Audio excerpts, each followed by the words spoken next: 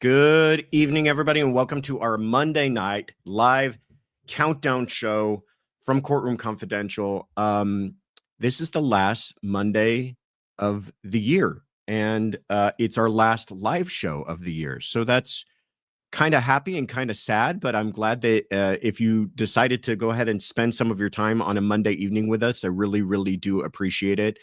Some fun stuff to talk about this evening. We have a fun premiere coming up too that I hope you guys are going to stick around for. I see familiar faces, Shy Gal and Simi Sharp and Pammy and Simi Sharp and Pammy and Michelle and Rainy Day and Farm Girl. You guys are all fantastic for being here. And hello, Donna from New Bedford, Massachusetts. Good to see you as well. Yeah, I'm at the end of the year, you always kind of have these moments where you're looking back on the year. Yes, we're almost to 18,000. Go bug somebody, because we're knocking on the door of 18,000, Samantha. So if you haven't bugged your friends and family about this silly YouTube show that you've been following, then make them subscribe and push us over the edge before the end of the year. That would be fantastic. But when it's the end of the year, you always get kind of, you're in one of these moods where you're looking back on the year that you had. You're looking forward to the year that's about to come. And this has been a tremendous time for myself and my family personally, and for this channel. So I thank you guys again, and I'll be thanking you probably more than once this evening. But it is, Boston Sarah, thank you so much for catching alive. I love it. I'm so glad that you guys are all here on a Monday. So here's what we're going to do. We have a live premiere right after this. If you stick around this, you will automatically be transported over to the live premiere, which is the latest episode in our Courtroom Confidential conversation series, and that is with Lauren and Dr. John Mathias from Hidden True Crime. And we sat down with them like we do with everybody, and it wasn't about cases or what they're following or any of that kind of stuff. It was just about, who are you folks? Where'd you come from? What's your background? How did you meet? Did you guys know how they met? It's a pretty fascinating story. I loved hearing it. It was actually my first time meeting them.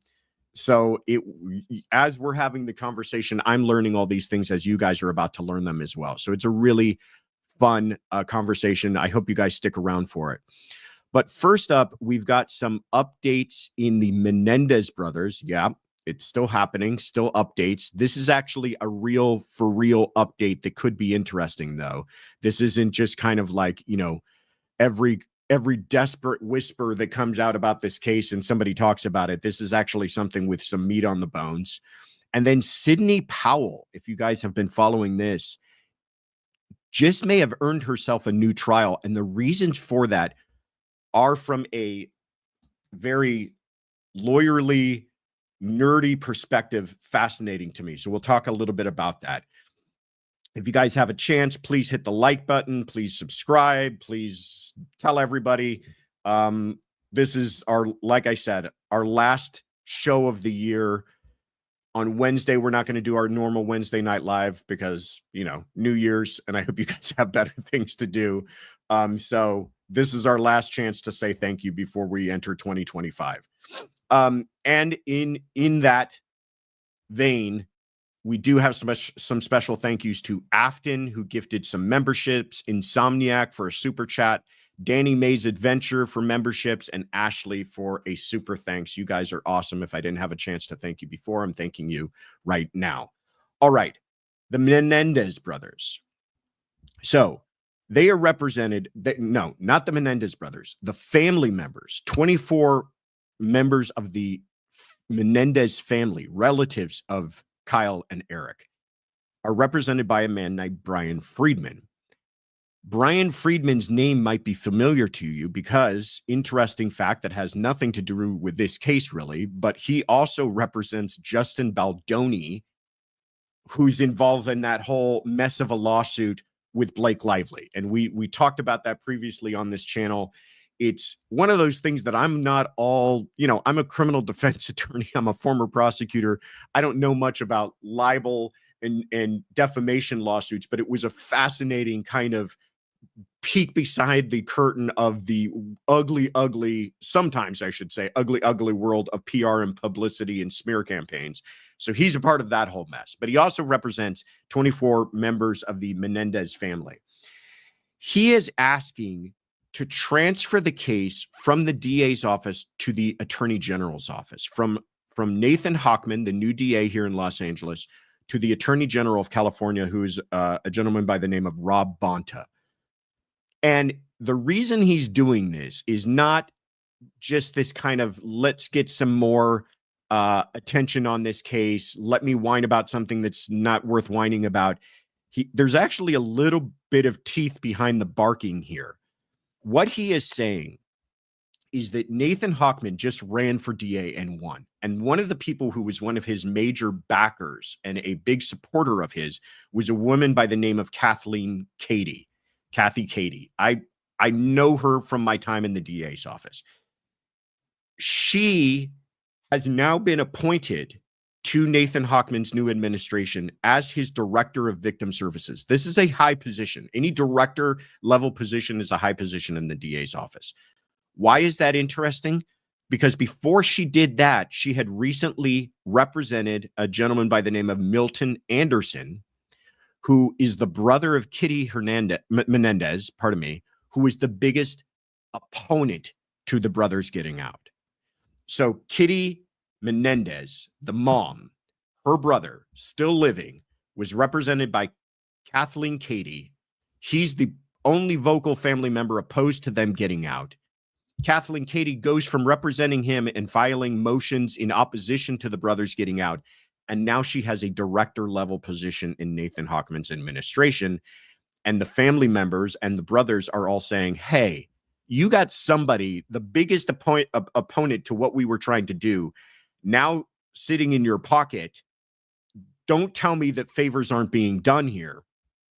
I don't know if favors are being done, but I know that there's a little bit of eyebrow raising that should be had there. Now, what they're asking for is pretty tremendous, because they're saying, we want this taken out of the hands of Nathan Hawkman entirely.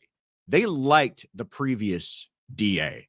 That was George Gascon. Gascon was the one who was pushing for all of this. Nathan Hawkman isn't saying no, but he's saying, let's pump the brakes a minute.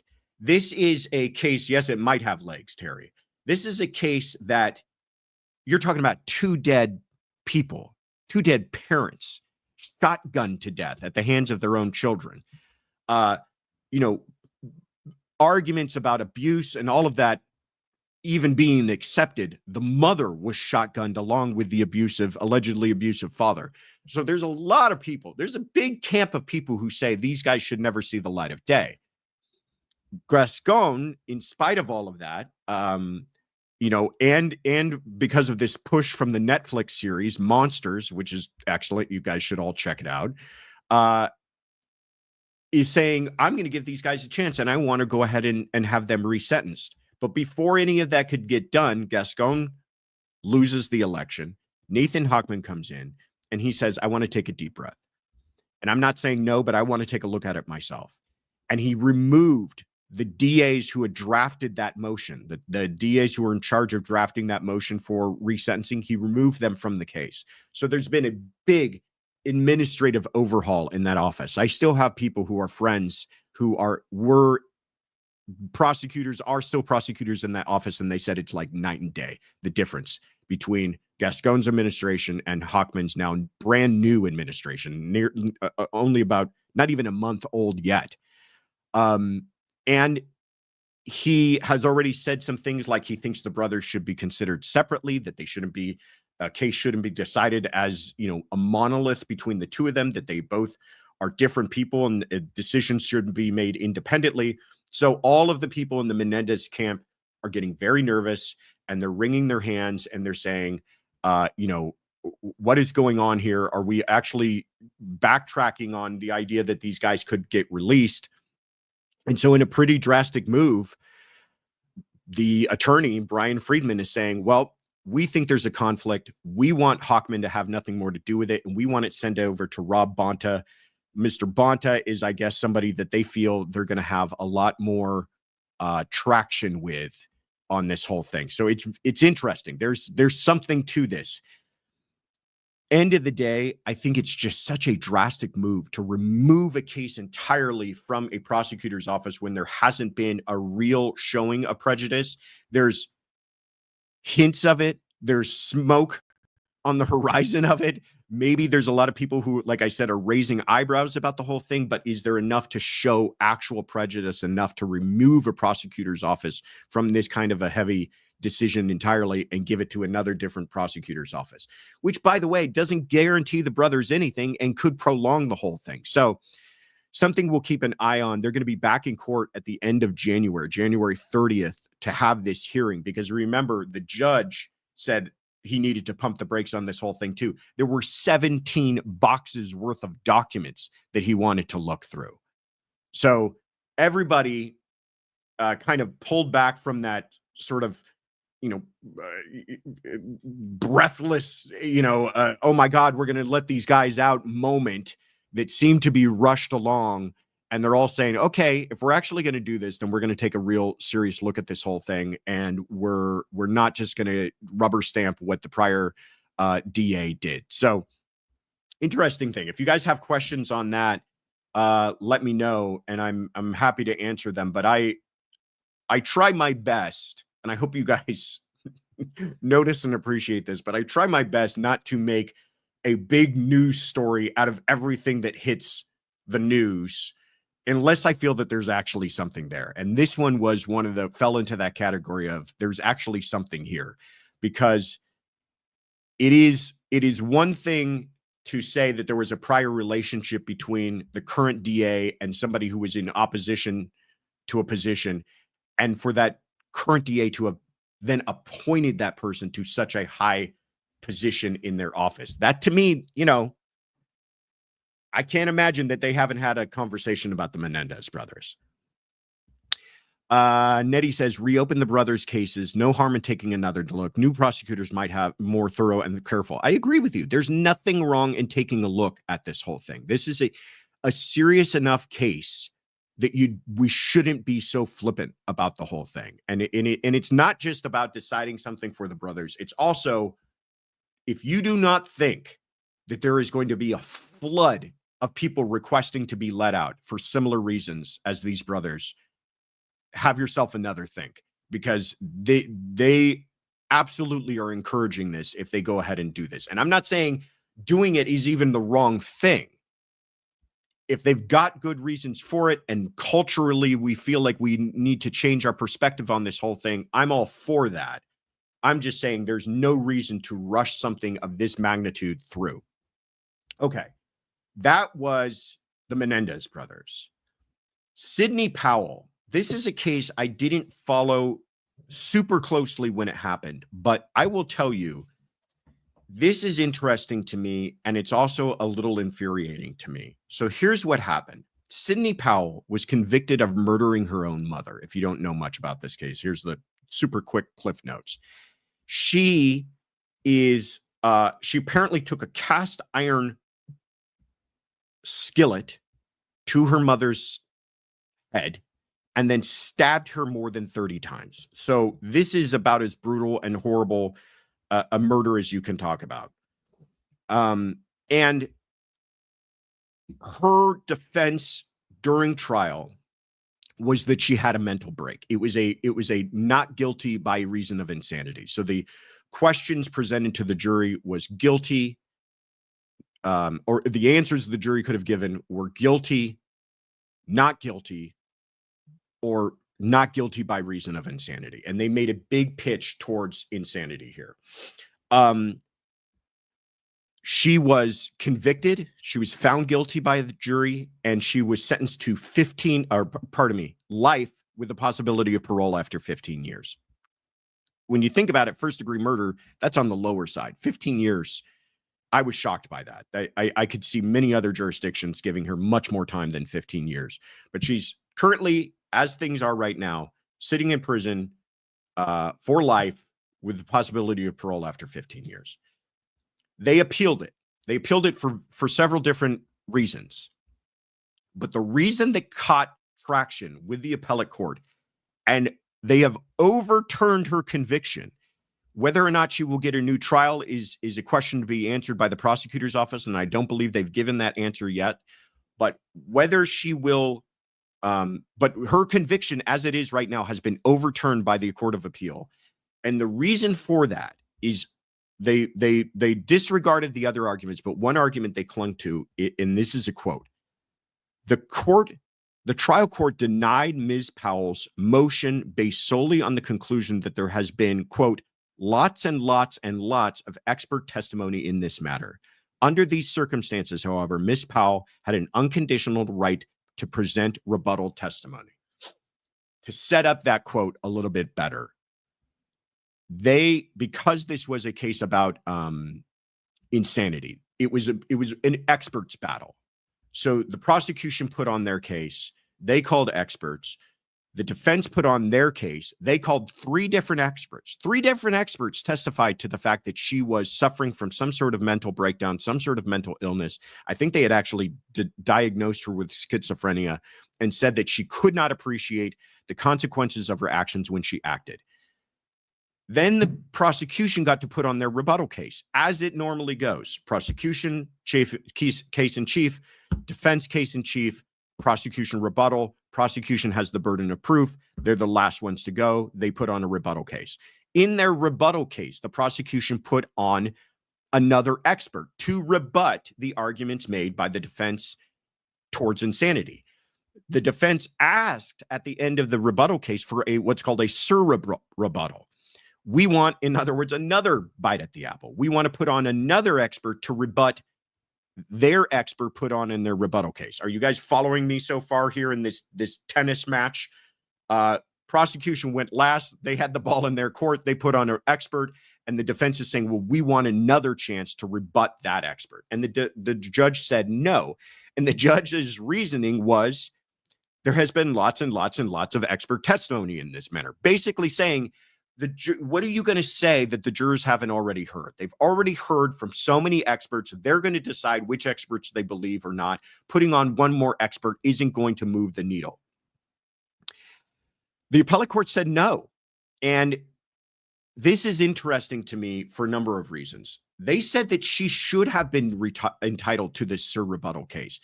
A surrebuttal is not an absolute right. It's up to a judge's discretion, and the judge in this case used her discretion to say that you don't get a surrebuttal case.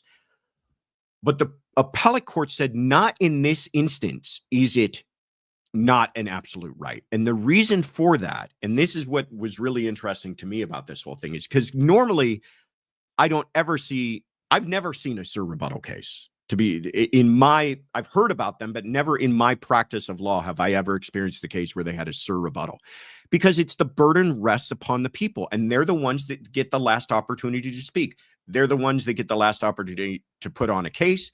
They put on a rebuttal.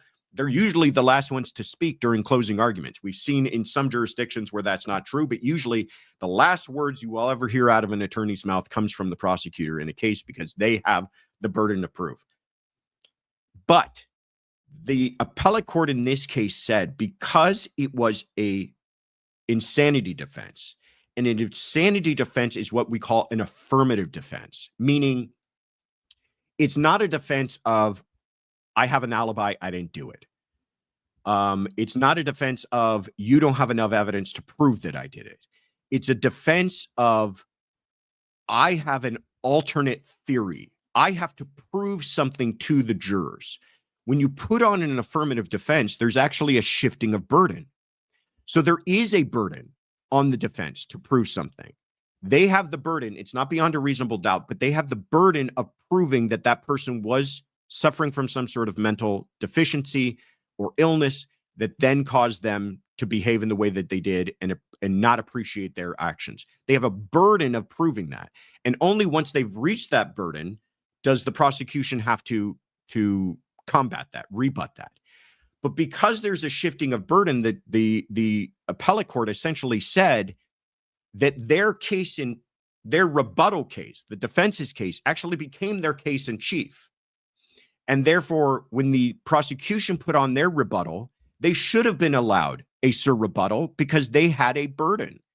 I thought that was a really interesting argument. They're saying that when you and by the way, this is going to be monumentally huge in this jurisdiction, because all other cases where there's an affirmative defense now, I think this case now stands for the idea that all other cases in that jurisdiction where you have an affirmative defense, the defense is going to be allowed to put on a sur rebuttal case, because they're essentially saying they have an absolute right to do that. When the prosecution in their rebuttal attacks something in the defense's case, they should be able to respond to that in a sur rebuttal case. Really interesting to me. Now, why do I get a little bit worked up about this whole thing? Because all of this could have been avoided by the judge. And I don't think the judge necessarily did a bad job here. I'm not trying to attack this judge, and I don't know enough about this case to say that the judge did this poorly. But had the judge just let them put on that witness, I think it probably would not have changed the outcome. I think she's right. I think they had heard from all the experts, and hearing from one more expert wouldn't have changed anybody's mind. And had she just allowed that to happen, all of this would have been avoided. But now, because you didn't, because you decided against the defense, they appealed it, they caught some traction with the appellate court, and you're going to have to do this whole trial over again. And I think that's something that we all want to see avoided. So I say this many times. When you see judges and it looks like they are handing the farm to the defense, the reason they're doing that, and I'll give you one example. Sarah Boone. Everybody thought this judge is letting Sarah Boone basically have everything she asked for. Yes, he was, and he was clever like a fox for doing it, because she's going to appeal, but there are not going to be appellate issues about her not getting a fair shot with Sarah Boone, like there was in this case. That's why you see judges many times doing what they do. They hand it over to the defense as much as they can without skewing the case in their favor unfairly, but they give them as much opportunity they can to cut short all of these problems on appeal. So, a little bit of pain and suffering the first time around could have avoided double that the second time around. That is all I'm saying. All right, let's see. I'm going to look at some of your questions here. Mr.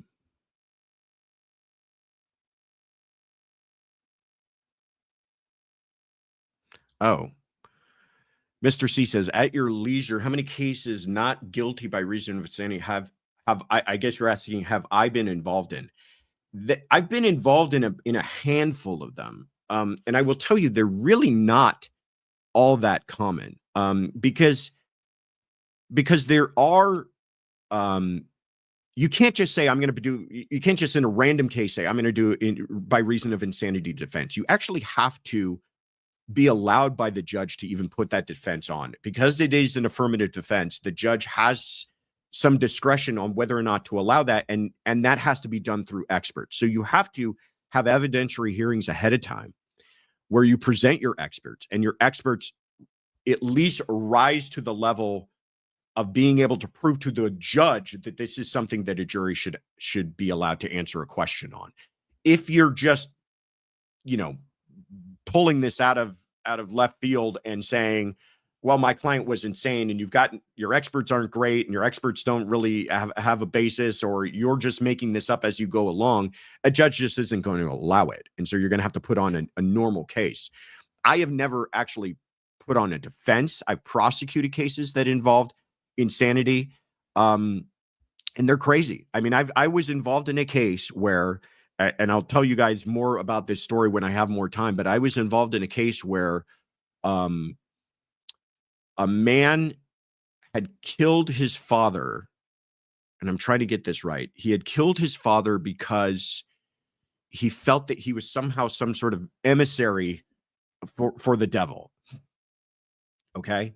Now, what's interesting about that is that that's not really technically insanity. You can believe that you're killing someone, and that by killing them, you're somehow doing some greater good. But if you're still doing it, realizing that you're causing somebody else's death, and realizing that that will be something that is you're going to be criminally at fault for. In other words, this same man still tried to hide the fact that he killed his father, still tried to run from police, still tried to cover up his involvement. He knew what he did was criminally wrong, but his reasons for it were based in untethered to reality. That's why these cases get so interesting. And what happened in that case was he was found guilty. And these cases are usually bifurcated, meaning that you go through a guilt phase and then a insanity phase, a sanity phase. Found guilty, we went to the sanity phase of it. All of the experts were put on, and they ended up finding that he was insane at the time. So he was found guilty and then found to have been insane and therefore hospitalized afterwards. Wasn't released, but was hospitalized afterwards. And it was very frustrating, because to me, it was a clear example of a case where people can do something and be motivated by things that we feel are not based in reality, but that does not fall into the definition of insanity for the purposes of the law. That really is reserved for people who don't know what they're doing is wrong. That's the simplest way of putting it. You did not appreciate that what you were doing was wrong, and that you were so suffering from what you were, from your insanity, that you, from your mental disease, injury, whatever it is, that you simply could not appreciate what you were doing was something that was wrong, either morally or legally. All right. Well, that is, I think I got the questions that you guys were most interested in. Those are a couple of cases I just wanted to update you on that I thought was interesting. Let me give you a couple of announcements before we head into the live premiere. I hope you guys stick around. It's going to be a good one. Some quick thank yous to our some new members: Laura, Christine, Tam, Kale, Darlene D, Dorothy McLeod, Camper for Life 22, Redondo Beach, JD, Carolyn Bookman, Donna Nelson, Truth Seeker, Phil Skit Pony, I'll Allow It, Cyan, Susie Costello. I feel like some of these names are being thrown in there just to make me say it out loud. Rose Merrill J, also a new member. Thank you so much. You guys are all fantastic. If you don't know about our membership program, please check it out. It's in the we'll put a link in the comments, or not in the comments, in the description on this video, but you can just go to our YouTube channel and click on join. Last Friday, if you missed it, we had a quick news brief update on all of the cases over the holidays. Try not to mess with everybody's holidays around here, but we wanted to give you guys a quick update, and we talked a little bit about Blake Lively and Luigi Mangione and Alec Baldwin, so check that out if you guys haven't seen it. We will not have a Wednesday night live for this week, because again, there's something that you guys all probably have more important plans for on Wednesday. So have a very happy new year. No men's Wednesday night live, but we will be doing another one of those news briefs that will come out on Saturday, January 4th. And big news from Courtroom Confidential, starting on January 5th. That is Sunday at 9 a.m. Pacific, making it noon Eastern time. We are starting a brand new series on this channel called Sunday Fun Day. So clever. And it is just a live show that we hope to be a little more loose. It's going to be true crime and true crime adjacent stuff and pop culture and current events. And, you know, if we get an opportunity to talk about the drones over New Jersey, I hope that we do. And why is TikTok going to get banned and all of that good stuff. So please check that out starting on Sunday, January 5th, and every other Sunday after that for the time being. We also have a special feature where you guys can go to thecourtroomconfidential.com and leave us a voicemail. Very fun. We've done that a couple of times. And we will play those voicemails on the Sunday Fun Day show. And then finally, next Monday, we will be releasing our 2024 year in review special show. So please check that out. We're putting a lot of work into it. This has been a fabulous year. You guys are amazing. It's been fabulous because you guys are amazing. It has been a tremendous ride in 2024, and we're looking forward to 2025 with all of you. So please have a wonderful and happy new year, and I will speak to you again in 2025. Happy New Year, everybody. Take care. Stick around. Don't go anywhere.